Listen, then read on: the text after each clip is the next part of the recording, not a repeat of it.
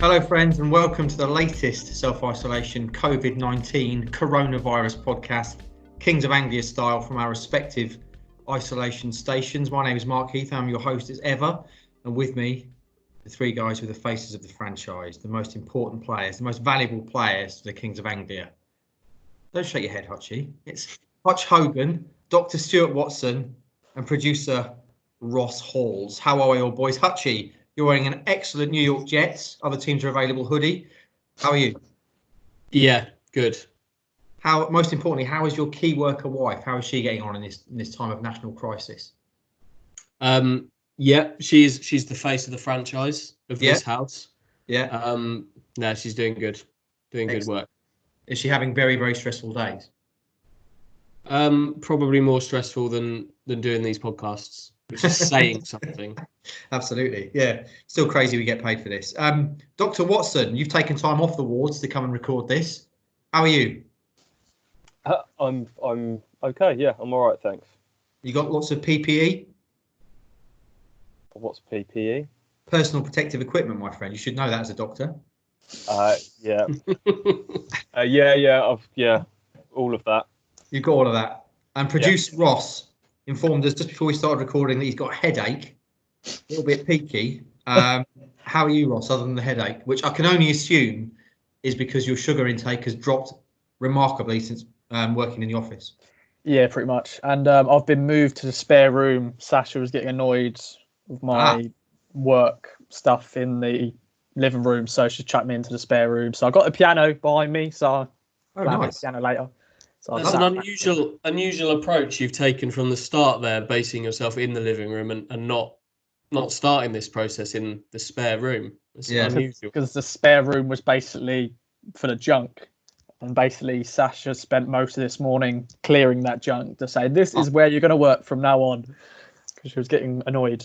That's nice. So she's cleared you a little office space there, Roscoe, is what she's done. She has. So, yeah, it's not bad. Can you play us anything on the keyboard, Ross?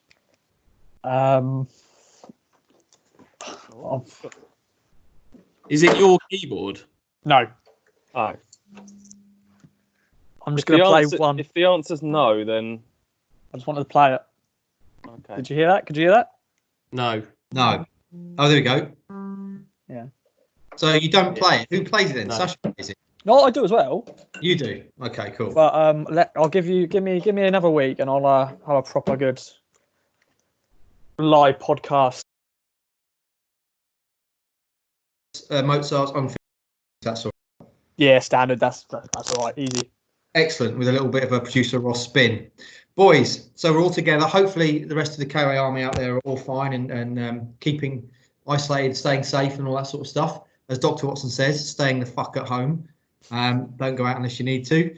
Obviously, normally this would be the Mailbag podcast, but I want to start. There's been a bit of news this week, Ipswich Town wise, which you can bring you up to speed on first. Stewie, was it yesterday? I've totally lost track of days. It's like Christmas, isn't it? That Christmas period. I think it was yesterday. Town announced that season tickets, basically payments are still being taken. And it also looks like a lot of the non-playing staff are going to be furloughed, as a lot of teams are doing. Just brings up to speed on that before we dive into the mailbag.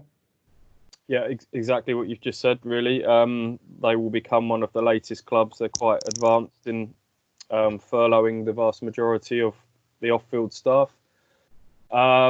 Which is obviously becoming a talking point across football and society at the moment about football clubs in general needing to take money from the government when they're such multi-million pound in a multi-million pound industry. So I'm sure everyone's got their own thoughts on that. I think it's a bigger stick to beat the Premier League clubs with than it is perhaps for Ipswich in League One and below, where you are more reliant on gate receipts and less reliant on the TV money, which is a big part of all of this, isn't it? And then season tickets, they've taken, it was the first of the month yesterday, so the April payments for those have come out. Obviously, Ipswich are one of a few clubs that do 12-month interest-free direct debit just to spread the cost of your season ticket. So had you paid up front at the start of the season, Ipswich would have your money anyway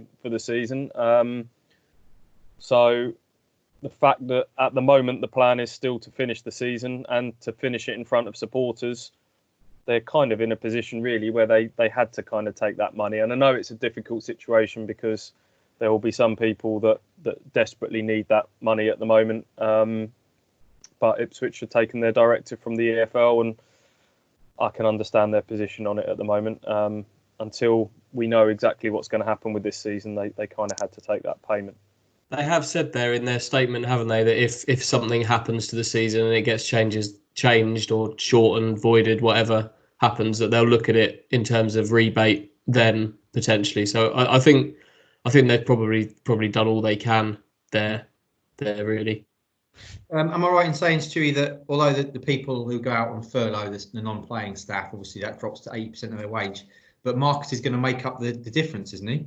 So they are essentially getting a paid holiday on full pay. So they'll be on full pay. That's what I've been told, that Marcus will top up that 80%, and not only will he top up that 80%, if there are off-field staff that are above the threshold of £2,500 max is what the government are going to pay to. If they earn above that from their 80%, Marcus will top that up as well. So he's going to ensure that everybody remains on 100% pay over the coming weeks, which not all employers will be doing. So you have to applaud him on that.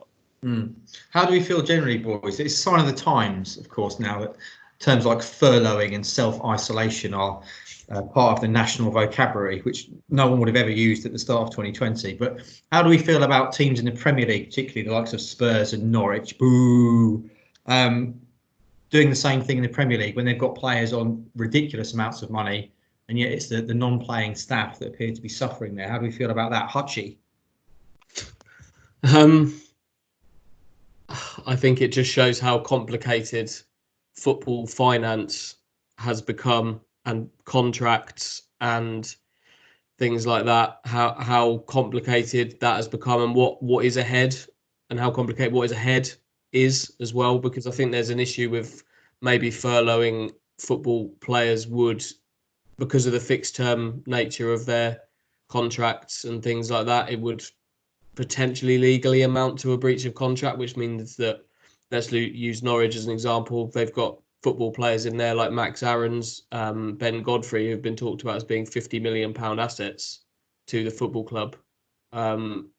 Maybe there's the potential for them to become free agents, which once this is all over would maximise their earning potential. So it's very difficult for football clubs, but I completely understand why there would be people looking in on that situation and thinking that it simply isn't right. But for me, it just highlights just how complicated unpicking this from a financial perspective is for the whole of football, and how much finance is at the centre of this game now, rather than 22 blokes kicking the ball about.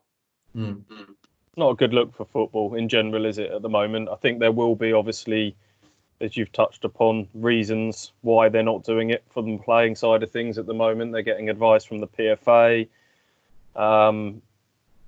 agents, TV people. Everyone will be having their say behind the scenes. I'm sure it's far more complicated than we know. But in general, looking at judging the mood of the public at the moment on social media, it's not a great look for football at the moment. I just think it kind of in these extraordinary times just doesn't quite sit right with people that football in general is getting government aid, taxpayers' money, at a time where there's silly money sloshing about in the game, and even down to League One level, there's still a vast gap between what your average player earns and your average man on the street earns, and it just doesn't feel quite right, does it, at the moment? So it's going to be interesting how football kind of navigates these choppy waters, and whether it leaves a few scars in terms of fans' relationship with the game in general. I don't know. I see Norwich in particular had a little reverse ferret today, didn't they? When they obviously they've been criticised, and they've suddenly this morning come out and said, well, we're going to donate 200 grand towards various things coming from the players and the management team. So clearly some PR spin being being done there. Before we get onto the mailbag, Hutchie, I just want to talk to you a little bit more about James Norwood, because you spoke to him earlier in the week. You talked to him kind of about obviously his first season at Town and just how bad that injury was. Just fill the people in on that. Yeah. I think we've all known that he's had groin trouble for the majority of the season, but I don't think we quite realised how much that was impacting him. He's saying it dates back to September, the real trouble, although it was a kind of an injury that had been lingering for some time before that as well. But he's talking about playing at 50% for much of the season, taking tablets, injections. He used the expression trying to get lucky in time for Saturday, kind of on a weekly basis, with a cocktail of pills and injections to try and get right, because of largely that initial groin operation he had in early October. He's obviously now nursing a second one, which he had in April, and that really does sound like it was the only real option for him by that point. It's always a cocktail, isn't it? When everyone's taking more than one drug, it's always a cocktail of drugs. Did you get to speak to him at all about how he's finding self-isolation, Hutchie, him and his 19 dogs or whatever they are? Well, he's only got 2 of the 5 with him at the moment. The other 3 are elsewhere currently. But he's a very social animal, so I'm not sure that isolation life is really for him. When I spoke to him, he'd been on his own he hadn't seen another human for about a week and was going a bit mad. He'd recently invested in the new Disney streaming service and had completed that. Netflix is done. He's been doing all the kind of social media challenges that are out there. Did you see his 1 to 11, his isolation squad thing? That was quite amusing. Watch that, Mark. I think you'll quite appreciate that. His dog got involved. His dog got involved to produce one of the centre halves. Yeah, who used to play for QPR. He's the sort of guy I can imagine doing kind of almost experiments on himself in self-isolation, maybe putting on an American football helmet and running into walls just to see how big a dent he can make, that sort of thing. We can't rule it out. On that slight note, actually, there was a rugby player that I used to. I think he used to do a column with our newspaper when I was covering rugby, called Neil Best, an Irishman. He lived out in the countryside and was a bit of a, like rugby folk can be, a bit of a country gent. And he used to call himself the naughty vet. Which involved kind of perhaps roadkill and other animals and other such things happening. But that's rugby for you. Before we move on, I must also say thank you for the recommendation of This Country. We've been binge watching that, and it's been tremendous. We're almost at the end of the 3rd series now. It's been okay, really, isn't it? Yeah, I like it. Right. It's very much a nod to The Office in there, isn't there? Yeah. The fact that Curtin is basically a carbon copy of Gareth from The Office. But yeah, it's good. So if you're looking for stuff to add to your isolation list, definitely watch that. I'm hearing a lot about this Mad Tiger King thing as well on Netflix. And obviously Sunderland Till I Die is out yesterday, was it? I've lost total. I watched the first half of that. Yeah? Yeah, it's good. Roscoe, you've watched it as well. Is it good, Sunderland Till I Die? Yeah, I've watched 3 episodes so far. And yeah, you were saying Jimmy Walker's in there, the Town. Jimmy Walker. Yeah. Thomas Holy. Sees a penalty go against him. And then someone do a nice little cameo with Jaffa Cakes, which I thought was a nice little amusing bit. So, yeah. Add that in. Yeah. Right then, shall we get on to Mailbag? Hutchie, last week when we did this Mailbag pod, I realised that I didn't ask you to sing the song, which meant we denied the listeners / viewers on YouTube from seeing your face and how delighted you are when you do the Mailbag song. So would you be willing to do that for us live today? I'll do that. I'll do that for you, Mark. Excellent. Which key would you like it in? G minor. Yep, we got that one. Yeah. Mailbag. It's time for Mark, Andy, Stuart, and Ross to dip into the mailbag. Stuart Watson. There we go. We're up and running. Right then. The first question in this week's mailbag comes from Harvey Davis, friend of the show, the Sweet Welsh Prince, number 4, I think he is. Harvey kicks us off with a football question, which is interesting. He says, with Norris returning to Wolves this summer and it being unlikely we'll re-sign him, is there a shout for Harry Wright to be number 2 next season? Clearly highly thought of. Roscoe, I'm coming to you on this first because you've probably seen most of Harry Wright. Harry Wright is the backup goalkeeper. How comfortable would you be with that? He's been injured for most of this season, so I think he's still too very raw. Really, Yeah. He's still young, really. But then, when are you ready? You know, goalkeeper is a weird situation because goalkeepers can go on until they're 40. But I think he's definitely got ability, but I don't know if he's ready just yet to play backup. Possibly, I don't know. I think he needs a nice little loan spell out for a season somewhere. So we've got a piss check. How do you say it, Archie? What? Piss check? Yeah, that's you've nailed that. Ross. Shibek. Shibek. No, piss check is like a drugs test, my friend. Oh. But yeah, he's still possible. He could be a second choice, maybe. He hasn't really had an opportunity to play. Of course, played in that Peterborough game in the EFL Trophy. So maybe he's looking at maybe being second choice. Wait and see. Shibek. Boys, Harry Wright is number 2. Float your boat. Difficult to say because I haven't seen loads of him or Shibek, to be honest. Ross is probably right. They probably both could do with a good, decent loan spell. Very young as goalkeepers. The only thing is, it depends from an Ipswich point of view if the funds are better spent elsewhere, and you go with them as a backup and decide that rather than go out and plough more money into a senior loan or signing of a backup goalkeeper, that money can be used better elsewhere. Okay, moving on. Nigel G. Friend of the show. Stay at home. He's doing good stuff with his fish. Number 9, I think Nigel is. He says, are there any new skills / hobbies that the KOA lads are working on whilst in isolation? And he says, I'm worried about this next question. Are these skills that can be demonstrated on the video pod, e.g. Stu playing bagpipes, Hutchie Morris dancing, # please stay at home? Have you taken this time in isolation to add a new skill to your considerable bows, boys? No new skills, but I've bought something new. Yeah. Can I show you? Yes. Wait there.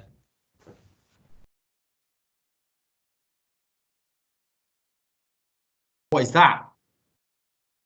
What is that? It's very sexual. Any What is that? ideas? Hold it up to the camera. Is it a massager? Yep. Ah, okay. I thought it was a sex toy. Sorry. Like a back scratcher. Back scratcher. Don't rub it all over your face. It's great. Is it like a vibrating thing? Yep. It's a massager. Yeah. Is it good? It's amazing. Absolutely amazing. Where did you find that? What made you want to buy that? Is that something you've always coveted? I bought it for my wife, really, but she's barely used it. Okay. However, Yeah. I'm all over it. It's great. Whenever we stop at service stations on the way back from long journeys, you can guarantee that Andrew Warren will part with £1 and sit in one of those black leather massage chairs. Yeah, he loves them. Are they any good? Yeah. Are they? I had a really good one in Bremen Airport in pre-season. I think you joined me, didn't you, Stu? Yeah, they're good, but there is a part about 2/3 of the way through, it kind of goes up and down your back, does a bit of vibrating, and then it gets to a slightly disconcerting bit where what I can only describe is sort of a mild anal probe kind of happens, where just this sort of thing just kind of goes up and down in your arse region for a little while, and it's Yeah, it only costs £1. That sounds like a steal to me. yeah. Give them a go. Yeah. Ross, obviously, we know you're learning to play the piano, various concertos and symphonies. Stewie, is there anything you're working on, new skills wise? No, I haven't really had time. Just been doing loads of journalism and that, really. Loads of writing, journalism. Fair enough. How's the homeschooling going, by the way? I know obviously Aya is not actually old enough for school yet, but I assume you're doing some kind of child wrangling most of the day. Ask my wife. I made the fatal error of telling her, not really changed that much, has it? With what we're doing, and that got short shrift. Yeah. Not a popular suggestion. No. Matt Lee wants to know, if you could invite any 3 people to a dinner party, who would you invite and why? And then he also asks, who do you think would win?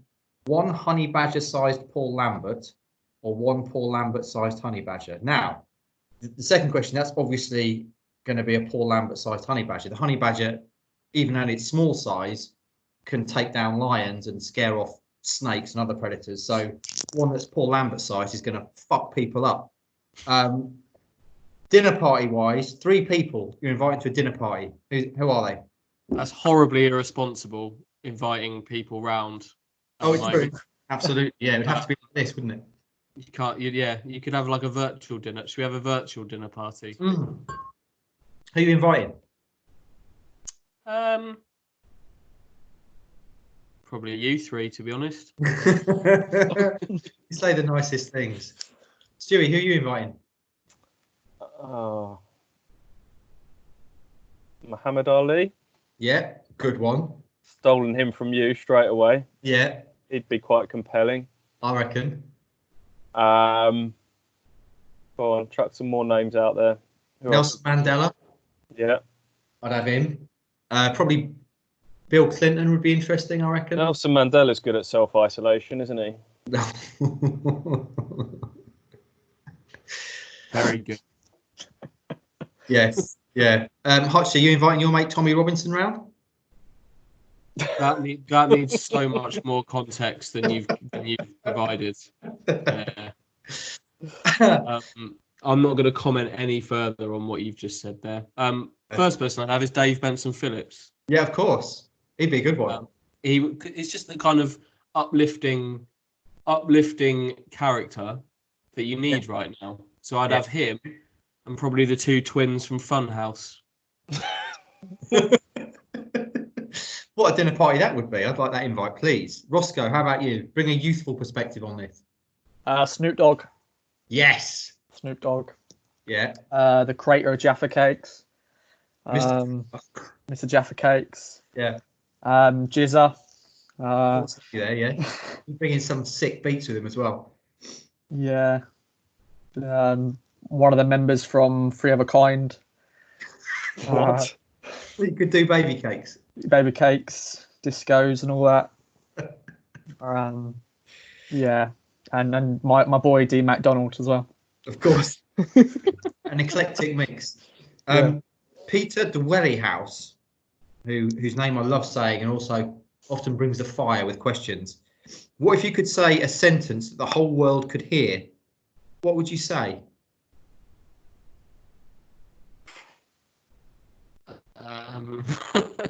I think the doctor has already coined this sentence the whole world should hear, which is stay the F at home, isn't it?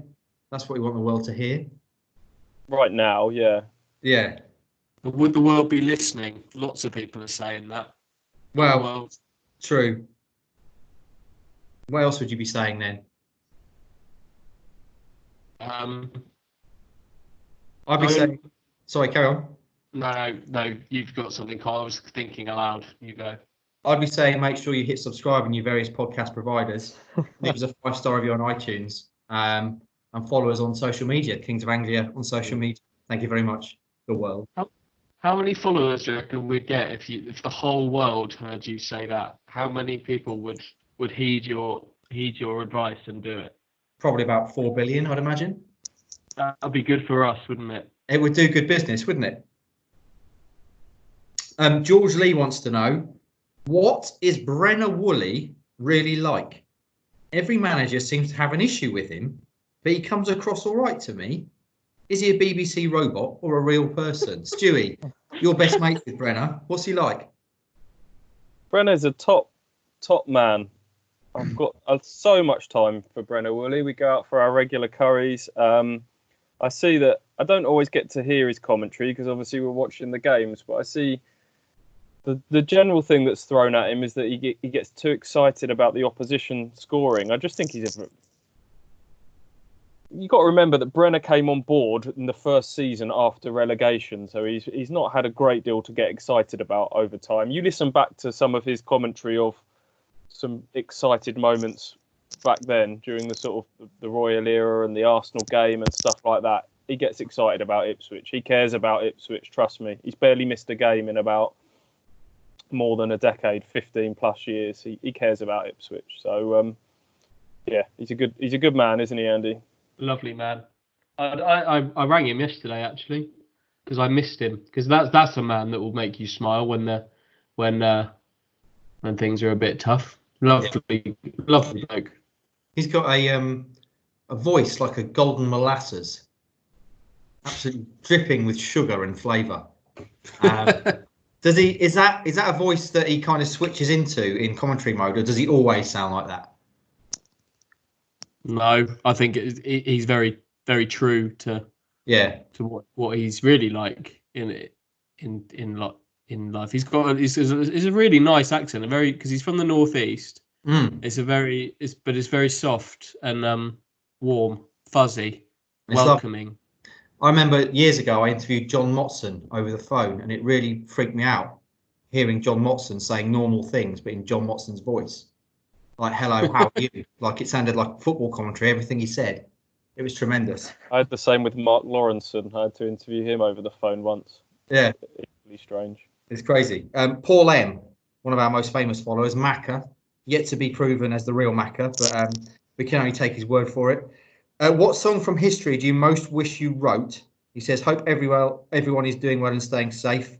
Love from the greatest musician to ever grace this planet, Macca Kiss. Thanks, Macca.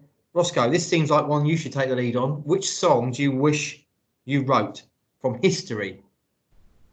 Baby Cakes, of course. No. That's barely a song. Bohemian Rhapsody, maybe. Yeah, good one. Wonderwall, maybe. I'll tell you what you want is you want an absolute Christmas classic, is what you want. Yeah. You keep the royalties coming in every year. So if you've written like the Slade one, Merry Christmas, any other Christmas bangers that you hear, Mariah Carey, all that sort of stuff. I was going to go down that route, but I'm going to up the ante. Yeah. I want Happy Birthday. I want to have written Happy Birthday. Is there someone somewhere who gets royalties for that? Apparently so. Yeah. Is it? Yeah. Wow. Yeah, I googled it quickly because I saw that come in on Mailbag. Apparently that is the song with the most royalties ever. I don't know where they're going. Apparently it was two women who were like nursery teachers, or one was like in America, one was a principal of a kindergarten. Yeah. And her sister did some music, and the two of them converted a tune of a song to Happy Birthday, and that apparently is the origins of the song. So that's the one I want. That's getting you the big bucks, isn't it? That is big and always learning. You what? Sorry.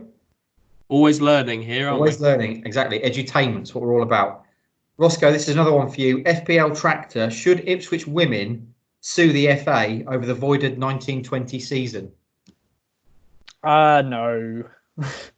What is the mood like in the Ipswich women camp? Because obviously they were storming towards promotion. They just had a historic run in the FA Cup, and now none of it actually happened, according to the history books.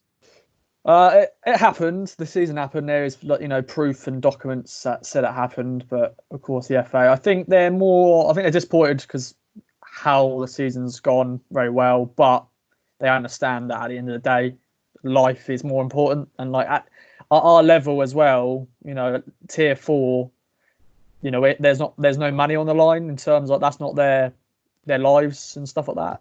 In terms like they've got real jobs instead of playing football, so it's sort of like it's disappointing that hopefully they maybe can change stuff, maybe because we're top of the league and by like game by points, we could possibly, no one else could really catch us really. So I don't know. They may change it. Maybe I don't know. It's a weird situation. It's a strange one. Yeah. But I don't. Yeah, suing. No suing. No suing. Hutchie, while Ross was answering that, for those watching on the video, it looked like you took a swig of mouthwash. What are you drinking? Oh no, that is just a glass of water, but it's tinted. The bottom of the glass is tinted. Okay. It's just water. Looks like It's just an example of the classy glasses we have here. Very swish at Casa del Warren. Martin Code, does anyone know more of the background behind Kieron Dyer leaving the club? He's clearly passionate about Town, so it seems unlikely he'd willingly leave without being pushed. And if he was, why? Stewie, another one of your top football friends is Kieron Dyer. Is there what can we say about him leaving Town? I assume he means here leaving as the.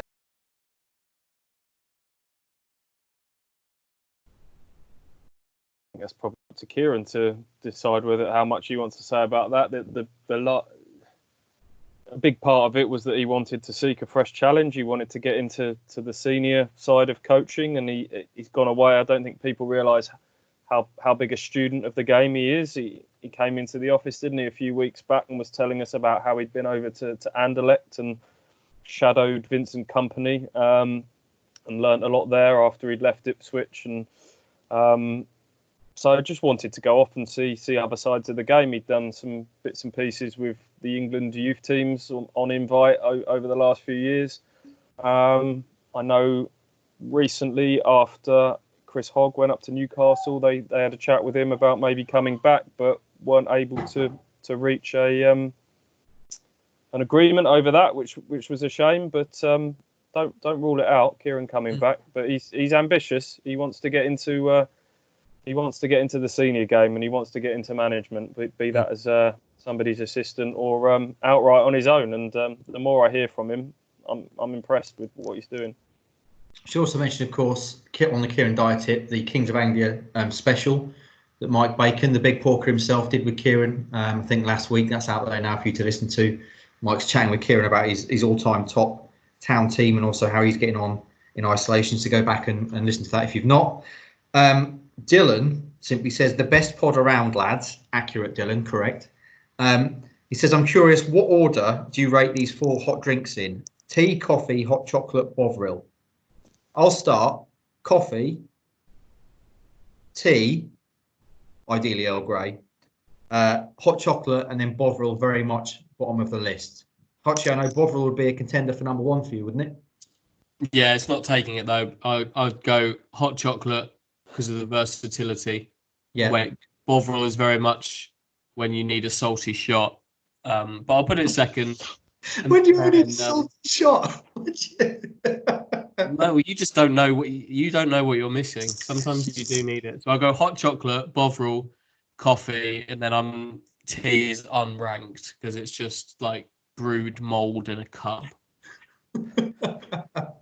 So I've only got a top 3. You know, last week we talked about rebranding Marmite. Maybe that's what Bovril needs. The slogan for when you need a salty shot. Yep. That could be something they take forward. Stewie, what about you? Different drinks for different needs. Like you say, it's all about the occasion. Sometimes you need a nice warm Bovril, a cold night watching football in December or something. But in general, the original order they were read out in: tea, coffee, hot chocolate, Bovril. Fair play. Done. Additional. Roscoe? Tea number 1, hot chocolate. I don't really drink coffee, so it's got to be Bovril next, and then coffee's got to be last because I don't drink coffee. So how are you doing? Because in the office you drink about 14 cups of tea a day, mostly made by me. How are you doing at home in isolation? Is Sasha working overtime, getting you tea every minute?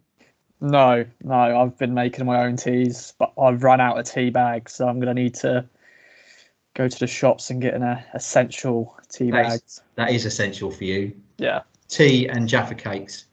Also, side note on the drink question: if anyone ever tells you that water is their favourite drink, get in the sea. getting to see those people. Guy will tell you that. I love water. It's Best. Definitely the thing I drink most of. not your favourite drink, though, surely. Be up there. Get in the sea then, Archie. Like Which Gareth is made- Southgate. Which is made of water. James and, Gulk. And a salty shot. That is the sea. James Gulk. This is one for Gulk. This is one for either you or Hutchie, Stewie. He says, as I have a vested interest, can you please give a Top Gear style review of the Scarlet Lady? What does he mean by vested interest? Does he know Big Bad Bazza? I don't know. The Scarlet Lady, then, how would you describe it in Top Gear style? Well, the best thing about the Scarlet Lady is the button that makes the boot go up and down sort of automatically in a robotic fashion. That never gets boring. Closely followed by the heated seats, which I find really quite useful. Yeah. I've always referred to it as the reverse TARDIS. So it looks massive from the outside, but then when you get in it, it's very cramped. Andy suffers from that the most because our driver, Barry Kent, is not the tallest gentleman, but he does like quite the relaxed driving position, which ends up with Andy's knees up around his ears. It's almost horizontal, isn't it? But all in all, it serves us well. He's managed to keep the cream leather interior clean, which others might not do. Fair play to him on that.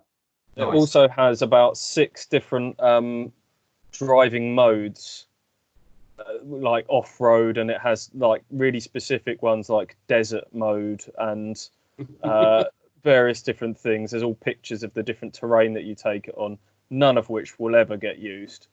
We should have done all of that in some sort of Jeremy Clarkson voice, shouldn't we? But I don't know if I've got that in my locker. No, I'm not. I can't say I'm a big fan of Clarkson anyway. And now officially not on Top Gear, of course. Alex Herbert says, the fact that Mark has never tried Marmite has been playing on my mind during the lockdown. Instead of the next world record attempt, how about we get Mark trying the yeasty nectar, he calls it. Good name. We'll see. I don't know if Marmite is still in shops and whether that can be classed an essential item. So I'll have to see before next Monday. If you're in the shop, you are allowed to buy it. It's not. You don't have to walk. If you're doing a shop, you are allowed to buy it. I'm fully aware of that, friend. I just wondered if maybe been a run on it, being as it seems to be this kind of elixir of life that people are massive fans of. We'll see. King Arthur Pickthorne wants to know, if you were given a free Ipswich Town season ticket, where exactly would you want your seat to be and why?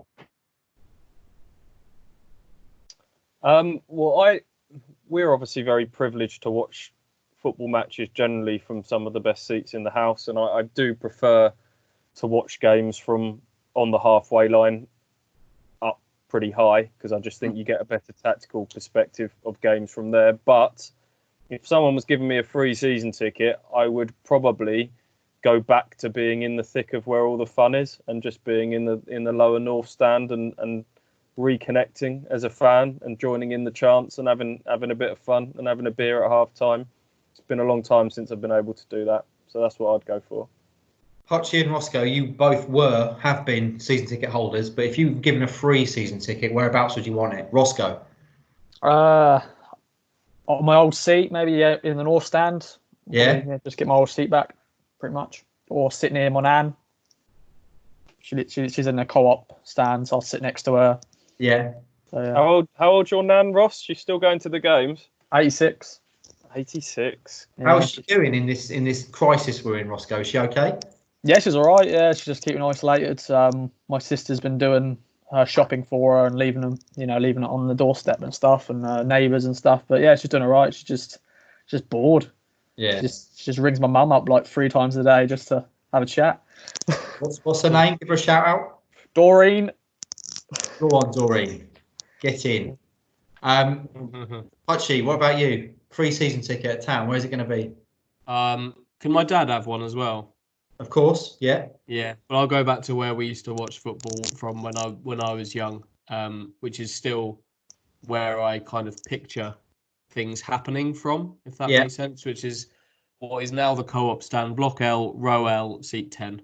And that's where I'd go with my dad. Very nice. There you go, Arthur. For and me, brother, and my brother, crucially. Yeah, big Chris. Getting a bit greedy now, aren't you? He can pay for his. Yeah. Mine obviously would have to be in the director's box, I'd imagine. There's the sort of people I should be moving, those kind of circles. Ideally heated seats, drink service. The dugout. Oh, the dugout would be tremendous, wouldn't it? That'd be awesome. We've got a couple more questions left, boys. Andy Roberts has got a couple. He wants to know, first of all, what's your favourite holiday destination? Start with you, Stewie. Anywhere at the moment, to be honest. Outside of this house would be nice. Greek islands. Yeah. Various different Greek islands. I've had some good holidays there. Yeah. Have you been Kefalonia? Yeah. That's beautiful, isn't it?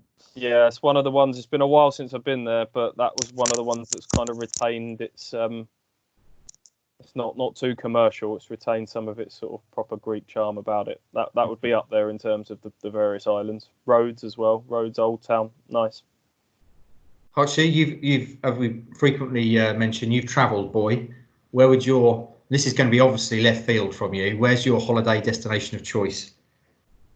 Probably go Belarus at the moment. They sound like they're having an absolute ball over there, rightly or wrongly, probably wrongly. Have you seen what the Belarus Prime Minister's been coming out with? No. There's absolutely no kind of lockdown, no social distancing, nothing. He played in a ceremonial ice hockey match on Sunday night and declared that because they were inside, basically in a big fridge, they would be absolutely fine. And that is where they'll beat the virus with indoor ice hockey. Amazing. Vodka.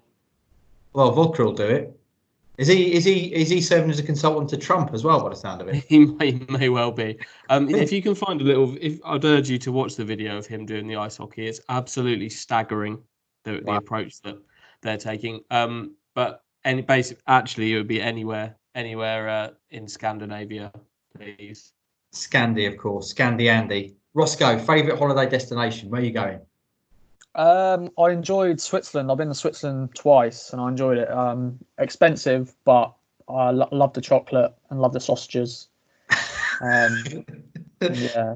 So you've got the beautiful scenery, the incredible kind of skiing, all that sort of stuff. But you're going for the chocolate and the sausages. Yeah. Is Switzerland famous for its sausages? On the streets. Normally hear about clocks and banking. Yeah, sausages I had on the streets were good. We'll leave that there. Make of that what you will. Yeah. And Italy, of course. Yeah, man. Italy would definitely be up there for me. I absolutely love Venice when we went. Want to do a lot more of Italy. And also the Caribbean. The Caribbean's beautiful. St. Lucia, amazing. If you get a chance to go there. Lots of nice rum and cigars. Another one from Andy just wants to know, if you could travel back in time, which sporting event would you most want to go and watch? Ooh, did we do this one once on the podcast before? And I can't remember what I answered. I think someone asked, if you go back in time, what event would you most want to cover? But in terms of watching, I would say something like probably the Rumble in the Jungle, George Foreman, Muhammad Ali, 1974. Maybe the world heavyweight title fight between Jack Johnson and the Great White Hope, whose name escapes me at the moment, back in like 1912. And also probably the Joe Louis Max Schmeling fight, which is kind of the fight during the period where we're about to enter the Second World War. And Joe Louis, obviously, for once, black man carried the hopes of a nation on his back from America, and he knocked out Max Schmeling, having previously lost to him, knocked him stone cold. That would have been awesome to see. So it'd be my three. How about you, boys? I'd go to the Euro '96 semi-final.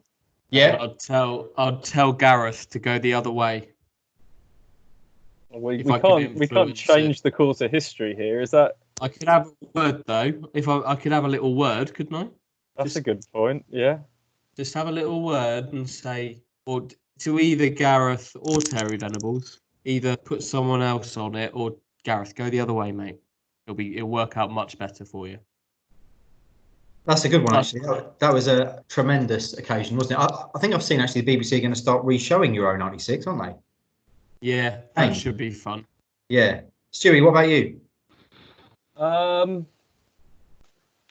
Talked about like the Bodyline series in cricket, or just something that was like changed the course of sport at the time. Do you know what I mean? Or Tiger Woods in his pomp, one of his sort of early Masters wins during that period. Oh, the 97 one where he's 21 under. Yeah. First on the scene, everyone's like, Jesus. He literally changed the sport overnight.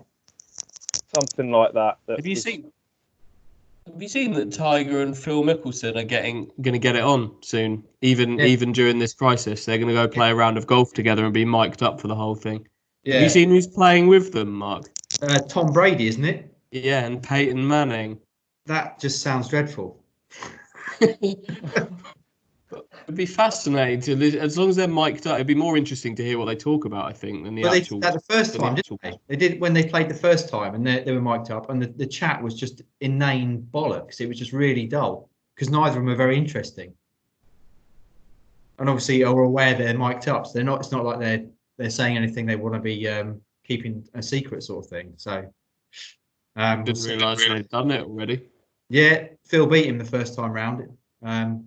Dominated him, I seem to think. Roscoe, what about you? Sporting event? An easy one. The World Cup. You know, when England won it in 1966. Easy one. But I'll maybe go back to my wrestling fandom. Maybe 1997. Oh, no. What? The Hell in the Cell? Yeah. Mankind chucked off the cell. Yeah. Yeah. That was pretty mad. That was crazy. Just dot the I's and cross the T's on one of mine. Jack Johnson fought James Jeffries, or Jim Jeffries, in that famous world heavyweight title fight back in 1912. There's a brilliant book about Jack Johnson called Unforgivable Blackness, which I'd highly recommend, about him as a kind of transcendent sporting figure. Obviously, the first black heavyweight champion of the world, and also very, very interesting guy. Final question comes from Mr. Game Day, the self-appointed Mr. Game Day, Thomas Seggins, wearer of a fine pair of gloves. And also, Roscoe, you did a little My OTFC story with him this week as well, didn't you? Which is available to watch on our Facebook page. T Segs wants to know, you get to go to a concert, you get VIP, meet and greet, front row, all that stuff. Which singer, band, etc. would you choose and why?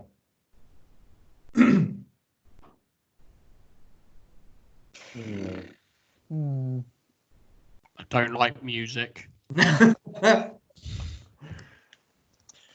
Is it Dead or Alive? It just says any concert, so anyone. You're going to go to a Dead or Alive concert? Yeah, that's pretty weak, Ross. I'd like to have gone to them, that Live Aid when Queen performed. I think that would have been cool. Yeah, that's a great show. At Wembley, that would have been really good. You're getting to meet a lot of people there as well. I like your thinking. Yeah. Because you've got to think the amount of big stars they had there in their pomp as well. I'm just thinking about the potential for, if you're getting to meet them all, like potential to get invited to some sort of after party afterwards. So you can either go down the attractive females route, yeah, or you could just go for like Snoop Dogg or someone like that, and just that'd be fun afterwards, wouldn't it? Absolutely. Hotchie, even though you famously don't like music, where you go? I appreciate music. I'd go to an Oasis gig pre kind of serious fallout. Nebworth is the one, surely. Bit obvious. Okay. Yeah, but yes. Yeah.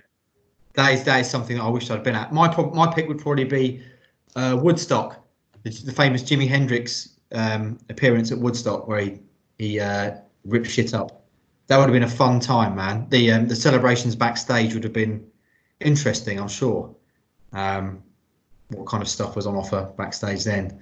Okay, boys, that brings us to the end of Mailbag.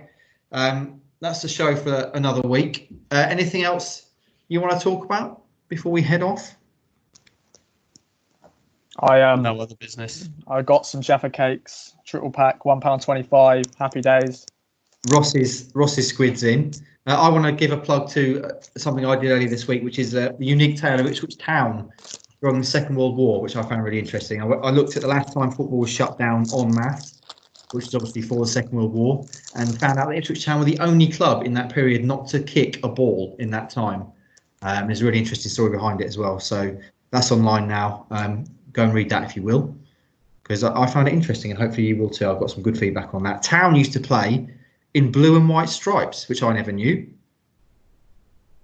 On that subject, have you watched the English game on Netflix yet? It's about the origins of football in 1890, whatever, when it was like the toffs from the old Etonians playing against the sort of the working class sides from the mills and stuff like that. And, they're all herding the ball around the pitch in one great big mass, and how the Scots came down and kind of changed it into a passing game and stuff. So that's quite interesting. I've watched the first two of that. But yeah, loved your piece. Heathy, have a read of that, people, if you haven't had a chance. Well said, Stewie. Well said. Also, we should plug, of course, before we go, tomorrow night, we're recording this every Thursday afternoon. Tomorrow night, Friday, 7 p.m, Hutchie turns Quizmaster for a live Kings of Anglia quiz on Twitter. Can you tell us a bit about that, Hutchie? Might be 7:30. Okay, going to be 7:30. Because of home life logistical reasons. But the quiz about football, entirely about Ipswich Town. So please come, because otherwise I'll just be wittering away on my own. How do people get involved? Is it just through your Twitter, or through Kings of Anglia Podcast Twitter, or? Not mine. It's whether we do it through the podcast Twitter or the other one that's got 4,000 people following it. Maybe do it through that one. To be confirmed. We'll let you know. Yeah, we'll retweet that. Keep an eye out. Yeah. Drinks at 6, quiz at 7:30. Yeah, bring some snacks as well. Hopefully that'll go well. Boys, any other business before we head off? No other business. Nope. No other business. Okay, well, as I've already said, obviously in this time of national crisis, we'll hope that we are keeping you entertained with some normalcy in these twice weekly pods. Thanks for everyone who's got involved in Mailbag this week. As I've already said, also hit subscribe on your various podcast providers and leave us a 5-star review on iTunes. That's still important for us. As I say, I hope you are all well, keeping safe, washing those hands. Have a great weekend, and we'll speak to you again on Monday.